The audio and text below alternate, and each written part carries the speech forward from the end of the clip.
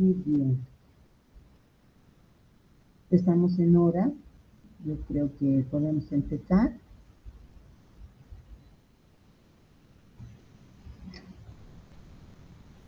Está bien, doctora.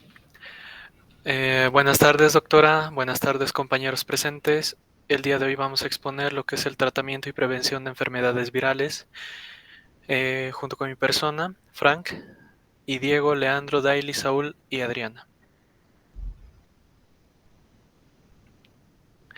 Primeramente, recordando un poco de lo que son los virus, pues podríamos decir que son parásitos intracelulares obligados. Esto quiere decir que no tienen la maquinaria necesaria para su replicación, por lo que van a depender de la maquinaria celular hospedera para este fin. Los antivirales tienen que ser capaces de inhibir funciones específicas y vitales de lo que es el virus sin hacer daños al hospedero. También los antivirales van a ser usados para infecciones virales de las cuales no hay vacunas, o si es que hay vacunas, pues son poco efectivas.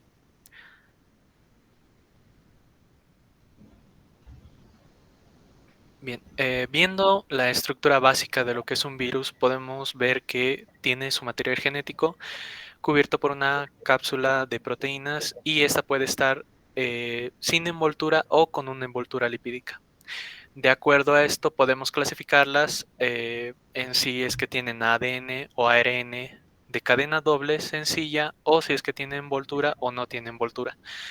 Como ejemplo, podemos decir que los virus que tienen ADN de cadena doble y con envoltura son la viruela, herpes simple, baculovirus y micoplasmavirus. De acuerdo a esta clasificación, podemos decir que los antivirales son específicos para cada virus concreto, además de que muchos fármacos, ya que estos virus normalmente son intracelulares y requieren de la maquinaria de la célula para replicarse, pues pueden producir efectos secundarios. Además de que en los últimos años hemos encontrado mucha resistencia a los fármacos antivirales. Siguiente. El objetivo de los fármacos antivirales va a ser interrumpir el ciclo de replicación viral dentro de la célula, o incluso fuera, para impedir lo que es la fusión y la adhesión del virus a la célula. En esta primera parte de su ciclo podemos impedirla a través de los inhibidores de fusión.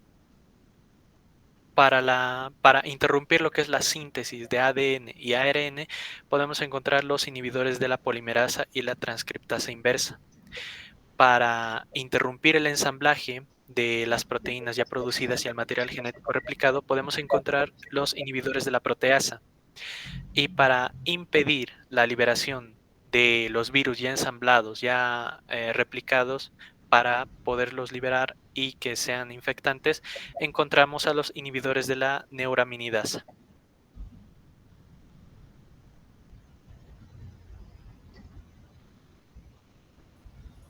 Bien, continuando con la exposición, primeramente buenas tardes. Vamos a hablar sobre los mecanismos de acción antiviral. Para que un fármaco se llegue a llamar antiviral, tiene que cumplir dos funciones. O pueden impedir la entrada de la partícula viral, o pueden impedir la salida de las partículas virales. Para ello, se han creado algunos mecanismos de acción, algunos propios de la célula, otros creados por la mano humana.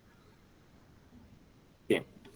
El primero de ellos va a ser la neutralización del virus circundante. Se podría decir que este se puede dar mediante una inmunidad activa, ya sea por vacunas o inmunoglobulinas. Otro método que podríamos decirle sería el bloqueo de la fusión del virus con los receptores de la propia célula. ¿Cómo se puede dar esto? Bloqueando los receptores de la célula para que el virus no se pueda adherir. Algo parecido sería bloquear las glicoproteínas del mismo virus para que esta no se pueda adherir a los receptores de la célula. ¿Ok? Y otro propio del cuerpo sería la creación de anticuerpos que vayan a los receptores de la célula para el virus y bloqueen, bueno, que ocupen el espacio del ligando del virus para que éste no se pueda unir. ¿Ok? Bien. Si digamos estos de aquí no funcionan, pues el virus va a llegar a entrar a la célula, va a lograr penetrar. Y al momento de entrar, la misma célula va, por procesos que posteriormente vamos a explicar, va a crear algunos interferones. Los interferones son fuertes antivirales que van lo que van, bueno, su función va a ser eliminar al virus que invadió a la célula. Si, digamos, no funcionan los interferones te pueden suministrar algunos fármacos, ya sea la amantadina o la rimantadina. ¿Para qué? Para inhibir, para bloquear la pérdida de la cubierta del virus, para que su material genético de este virus no logre salir y se una al material genético de la célula. Si, digamos, no funciona esto, podrían, si, digamos, no funciona esto, tenemos que llegar a usar los anti-DNA o RNA polimerasas y demás, ¿no? Lo que va a pasar aquí es que al inhibir a estas DNA o RNA polimerasas, que recordemos que son las enzimas que van a sintetizar ADN para la reproducción de las células, al inhibirlas, vamos a impedir que este virus se vaya a replicar. Pero esto también puede tener otro fin, o sea, un fin malo, en el cual se bloqueen la replicación del DNA de la célula, y así esta puede llegar a morir, ¿no? Otro sería usando fármacos que inhiban las retrotranscriptasas. Recordemos que estas son unas enzimas especiales características del VIH que van a formar DNA bicatenario a través de un RNA monocatenario. ¿Okay? También podríamos inhibir también podríamos suministrar las antiintegrasas, que también son parte del VIH, que serían las integrasas para que su material genético del VIH se vaya a unir al material genético de la célula. Podríamos usar estos fármacos que van a inhibir estas integrasas. Ahora, para el procesamiento si, digamos, no pasó nada en estos puntos anteriores, podríamos suministrar antiproteasas. Estas antiproteasas, las proteasas son en sí proteínas que van a hacer que las proteínas tempranas propias del virus maduren. ¿Okay? Al inhibirlas, esas proteasas, vamos a lograr erradicar el virus. Ahora, si, digamos, ninguno de estos funciona, tenemos que evitar que las réplicas del virus vayan a salir. Una vez que ya están empaquetados y ensamblados, podríamos suministrar algunos inhibidores de neuraminidasa, que, bueno, estas son proteínas propias del virus que van a ayudar en su salida de este mismo. Posteriormente vamos a explicar sobre esto. Ok, ahora vamos a hablar sobre la alteración del virión. Como ya bien había mencionado mi compañero, el virus va a contar, bueno, un virus puede contar con dos o con una, dependiendo del tipo de virus, con una pared. Ok, pues la primera pared va a ser la capsid y la segunda puede ser una envoltura fosfolipídica. Al ser lipídica, si, digamos, en el exterior se utiliza alcohol o jabón o cloroformo, podríamos llegar a desorganizar esta envoltura lipídica, y así podríamos llegar a destruir al virus y a su material genético. Entre estos virus con envoltura podríamos mencionar al herpes, al retrovirus, al arbovirus o al coronavirus, ya bien conocido. También existen otra clasificación de virus, los sin envoltura, entre los cuales podemos mencionar al picornavirus, al adenovirus o al papuavirus, propio del papiloma humano. Este solo va a tener la capsid, la cual va a conferirle una mayor resistencia, ya que estos productos no van a llegar a destruir su capa fosfolipídica, ya que este no va a tenerlo, ¿no? Por tanto, vamos a tener que utilizar algunos productos que vayan a alterar el pH, ya que van a ser sensibles ya que estos virus van a ser sensibles a esto. Entre los cuales podemos mencionar al alcohol, al ácido cítrico o al glutamato, que estos van a llegar a destruir virus. Luego tenemos a los fármacos antivirales que están especificados en inhibir la entrada del virus. Estos van a actuar en las primeras etapas del ciclo de replicación y lo que van a hacer es evitar que ingrese hacia la célula huésped.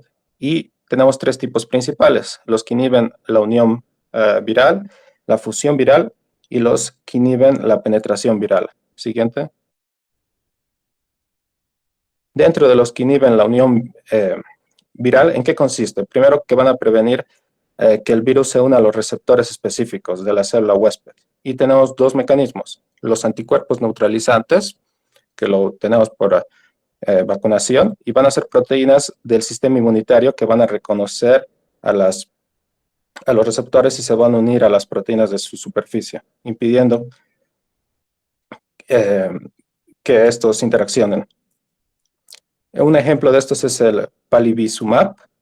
Este es utilizado en el virus sincitial respiratorio y su mecanismo consiste en unirse a la proteína F. Una vez que se une a la proteína F, el palivizumab va a impedir la fusión del virus con la célula huésped, bloqueando su entrada. Luego tenemos a los antagonistas de los receptores, que van a bloquear a los receptores específicos de la célula huésped.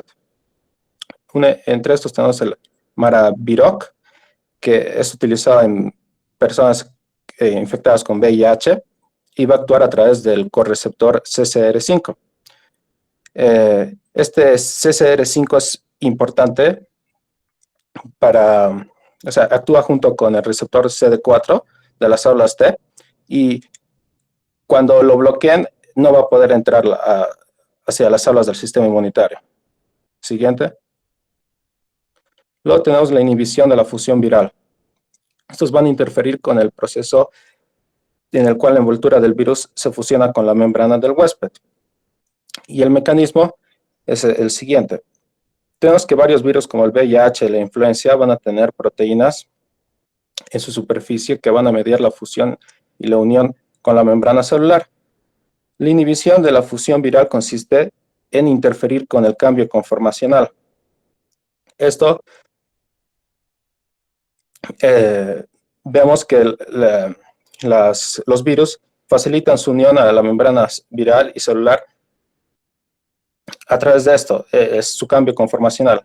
Entonces, fármacos como la enfuvirtida lo que hacen es, a través de unirse a una subunidad GP41, van a bloquear los cambios conformacionales de este virus. Siguiente. Inhibición de la penetración viral. Esto se da en etapas posteriores, una vez que ya ha logrado entrar en contacto. Ahora lo que estos antivirales buscan es impedir que mezcle su material genético con el de la célula huésped. Los virus logran ingresar a través de la endocitosis, formando vesículas intracelulares llamadas endosomas. Los antivirales hacen la inhibición de la liberación del genoma viral a través de interferir con su proceso de acidificación o bloqueando canales iónicos. Por ejemplo, la amantadina y la rimantadina, que son utilizados contra el virus de la influenza A, y actúan inhibiendo la proteína M2, que funciona como un canal iónico. Una vez que inhiben a la proteína M2, impiden la acidificación misma del endosoma, lo que no les permite hacer el desmantelamiento. Por tanto, no se puede liberar el genoma viral dentro de la célula huésped. Y siguiente. Bueno, vamos a continuar con lo que es la replicación, los fármacos que van a inhibir la replicación del genoma. Estos van a ser los análogos de nucleósidos, que van a inhibir específicamente las polimerasas virales y las retrotranscriptasas. Estos van a ser necesariamente fosforilados para que vayan a ser utilizados. En el cuadrito podemos ver que el aciclovir, por ejemplo, va a tener que ser fosforilado primero por la timidina sinasa para que se convierta en la forma trifosfato y así podría impedir la elongación del genoma de la cadena vírica que se está formando. Entre, las bases nitrogenadas que tenemos acá de ejemplo y sus análogos de la guanosina va a ser el aciclovir, valaciclovir, ganciclovir, penciclovir, famciclovir y la ribavirina. De la adenosina, la didesoxinosina, vidarrabina, timidina. De la timidina va a ser el ácido timidina, estabudina, yododesoxiuridina, trifluoridina y de la cistidina, la biudina, didesoxicistidina. Estas primeras dependientes de adheridas transcriptasas son objetivos de los antivirales, como ya les había mencionado.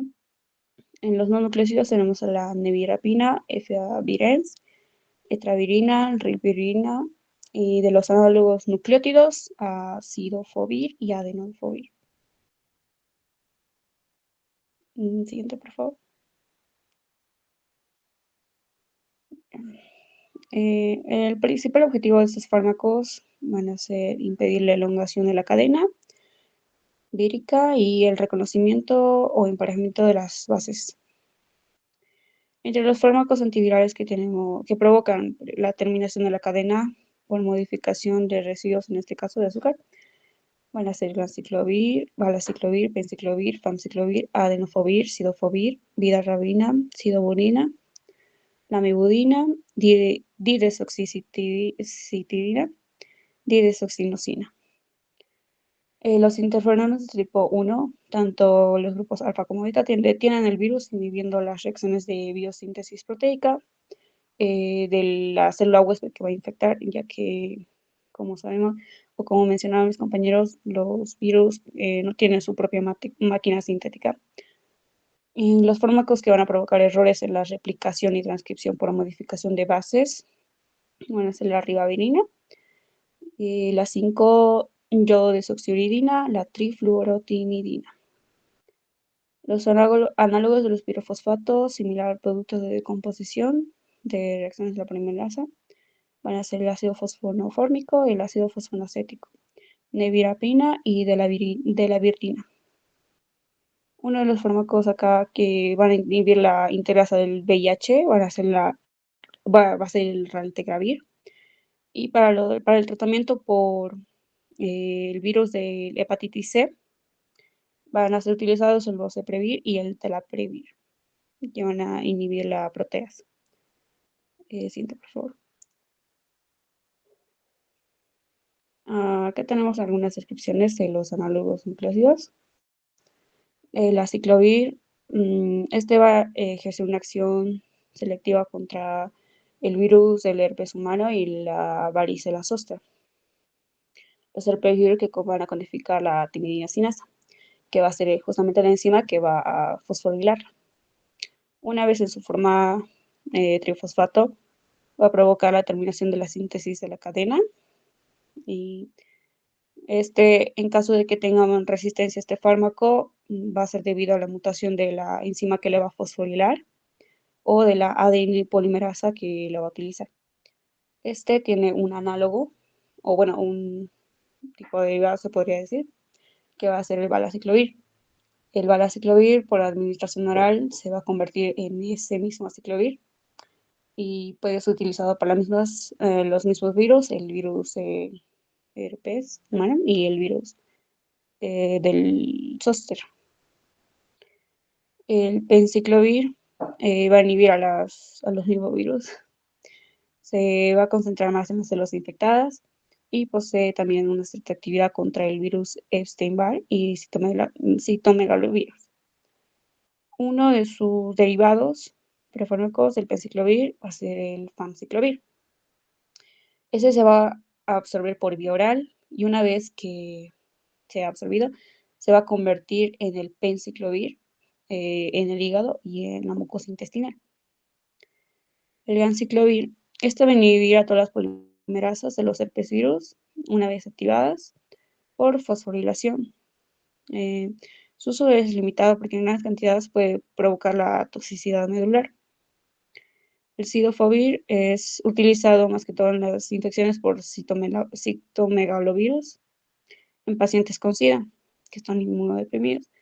Y estos van a inhibir la replicación de los poliomavirus y los papilomavirus. El adefovir va a ser utilizado para las infecciones por el virus de la hepatitis B y la acidotimidina.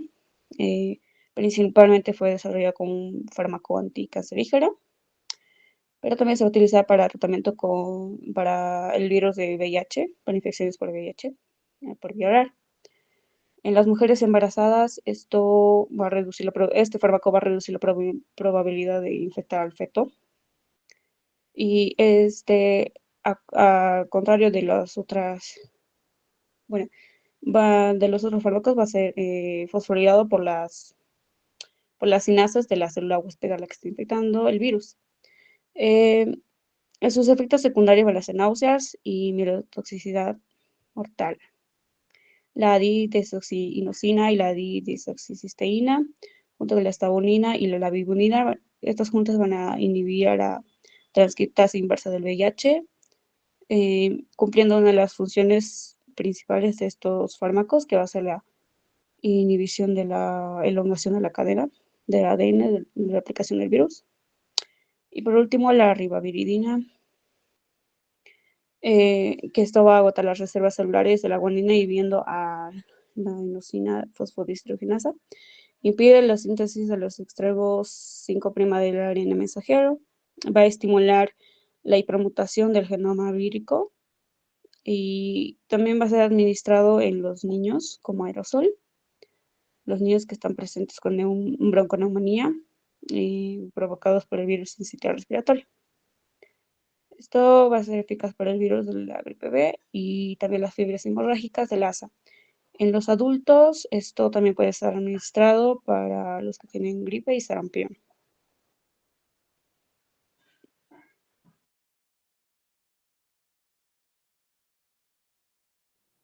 Continuando con el ensamblaje y la liberación del virión, primero vamos a tener a los inhibidores de la proteasa, que como función principal va a ser la fragmentación de las poliproteínas en proteínas estructurales maduras, tal cual para que, en este caso vamos a hablar del VIH, para que una vez que se termine de transcribir su ADN, va a estar en una cadena polipeptídica de forma inmadura. Para que ya tenga proteínas estructurales maduras, esta cadena polipeptídica tiene que romperse en varios segmentos y así recién formar estructuras proteicas maduras. Ahí en ese corte es donde actúa la proteasa. Pero vamos a tener inhibidores de la proteasa que justamente van a inhibir a esta enzima y de esta forma mantenerlos en su forma de proteína estructural inmadura, incapaz de provocar daño. Entre estos ejemplos vamos a tener como la saquinavir, ritonavir, indinavir y lopinavir. Siguiente, por favor. Y la otra clase también que vamos a tener los inhibidores de la neuraminidasa, que en este caso vamos a hablar del virus de la gripe. Por una u otra situación que llega a infectar a una célula huésped y termina su replicación y todo, de alguna u otra forma tiene que salir mediante la exocitosis y al momento de salir en la zona de la membrana plasmática de la célula se van a formar sus enzimas, la hemaglutinina y la neuraminidasa. La hemaglutinina, que le va a servir al virión para que se ensamble a otras células huésped, y la neuraminidasa que va a cortar los enlaces que se forman mediante el receptor de la célula huésped al virión. Una vez que ya sale por exocitosis el virión, la célula huésped, como que al intentar recaptarlo al mismo virión, lo interactúa con sus receptores del virión y como que lo agarra por un determinado momento. Ahí es donde actúa la neuraminidasa, clivando esos enlaces y permitiendo que el virión se libere. Mediante su mecanismo de acción de los inhibidores de la neuraminidasa, van a inhibir a esta misma enzima, permitiendo que la interacción entre el virión y el huésped humano y la célula del huésped sigan en constante interacción, y ya en un tiempo va a venir otra célula inmunitaria a fagocitarlo e impedir que ésta infecte a más células. Entre unos ejemplos que podemos tener va a ser a la zanamivir o celtamivir y el peramavir. Sí, siguiente, por favor. Continuando, los interferones. Los interferones son una familia de proteínas específicas producidas y liberadas por las células eucariotas en respuesta a la presencia de patógenos tales como virus, bacterias, parásitos y células tumorales. La importancia de los interferones es crucial para nuestro sistema inmune. La función que cumplen es una actividad antiviral gracias a la presencia de los interferones alfa y beta. También tienen una función antineoplásica e inmunomoduladora. Existen 3 tipos de interferones. El interferón de tipo 1, donde se incluyen el interferón alfa y el interferón beta, que son producidas por todas las células del cuerpo humano. Todas las células del cuerpo humano nucleadas, tales por ejemplo los fibroblastos, las células epiteliales y las células endoteliales.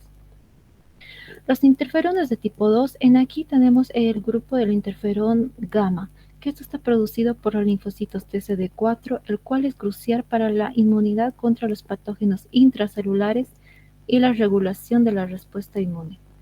En el interferón de tipo 3 tenemos al interferón lambda, que esto es importante para la respuesta antiviral en las mucosas. Siguiente. El mecanismo de acción de los interferones consiste en una serie de sucesos. Primero tenemos que el virus llega a infectar a nuestro organismo. Posteriormente, el virus va a tener un contacto con la célula. Después de tener un contacto con la célula, va a ser endocitada por la misma célula sana. Posterior. Siguiente. Siguiente, Diego.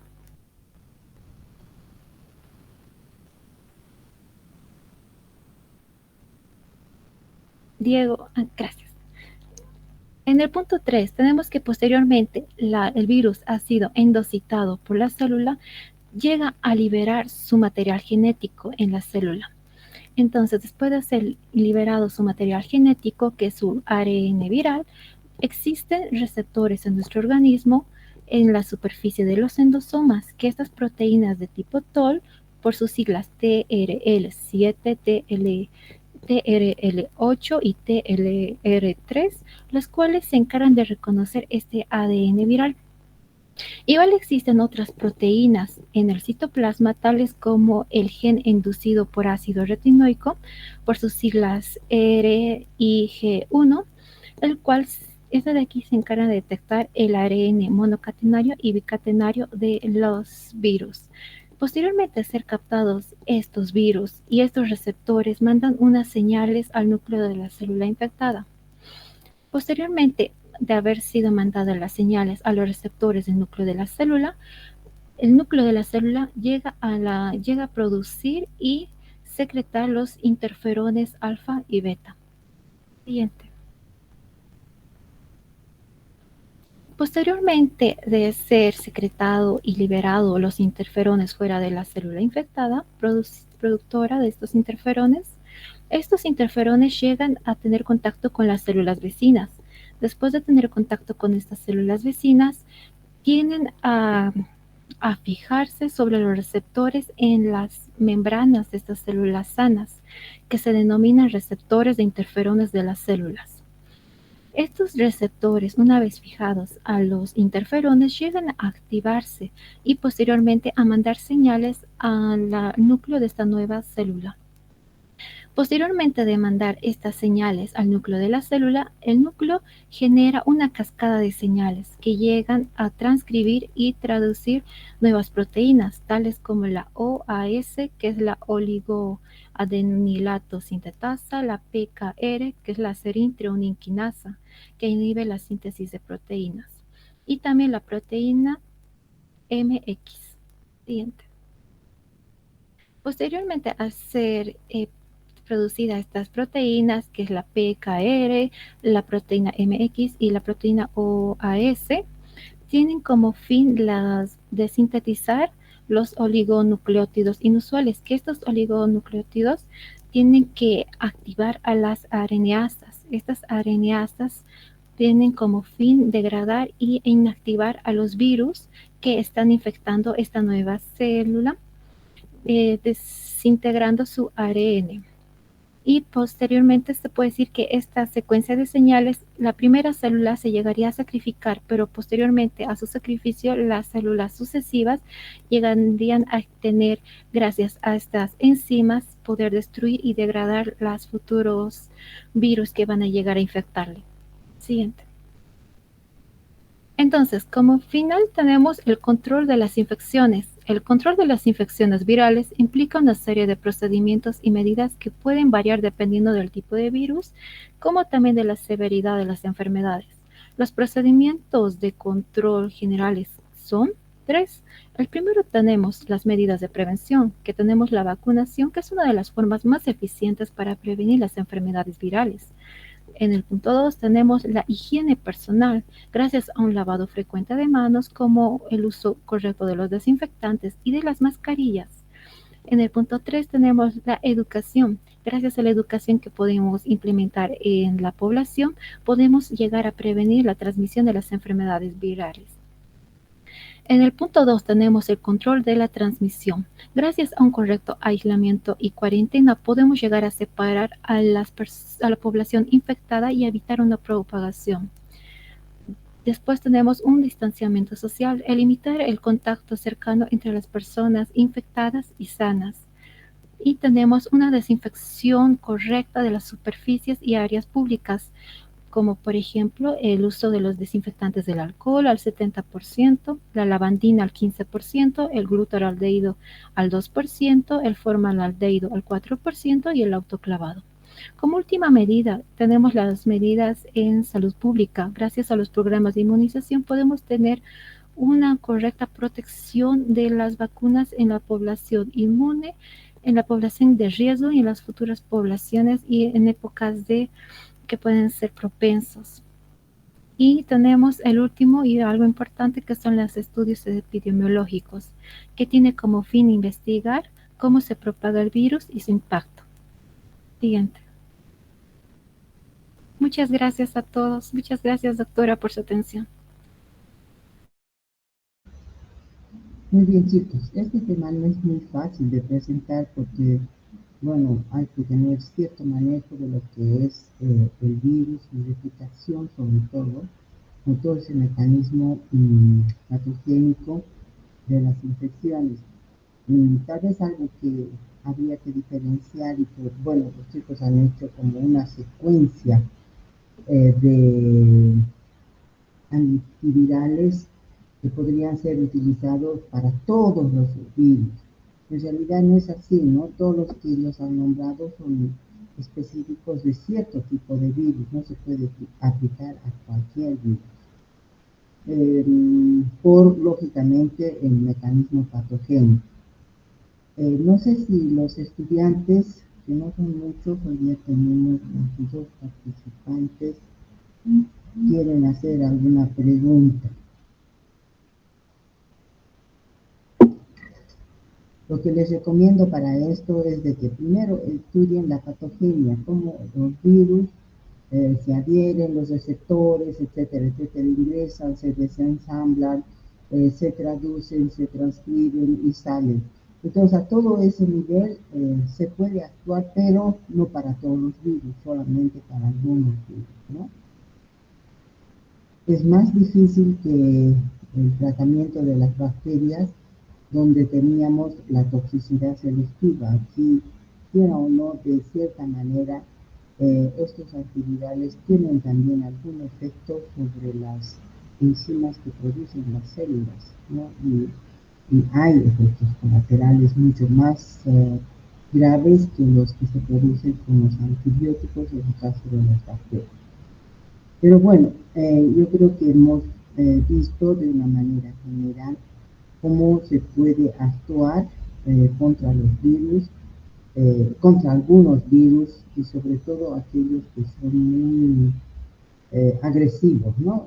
Ahí está sobre todo el virus del VIH, que es el que, digamos, ha abierto las puertas para el conocimiento de muchos mecanismos celulares, incluso el descubrimiento de su retrotranscriptasa, ¿no? Que es uno de los pocos virus. Tenemos el virus de la hepatitis C, también tiene una retrotranscriptasa, que ha permitido, digamos, un avance muy grande en lo que es la biología molecular, ¿no es cierto? Si ustedes se acuerdan, cómo se puede amplificar un virus de RNA gracias a la retrotranscriptasa obtenida de estos virus. Muy bien chicos, gracias por su presentación, creo que lo han hecho en tiempo. Y si no hay preguntitas, pues quedamos aquí. Muchas gracias, doctora. Muy bien, nos vemos la próxima práctica o la próxima clase. Hasta luego, jóvenes. Hasta luego, doctora. doctora. Gracias. Luego, doctora. Hasta luego, doctora.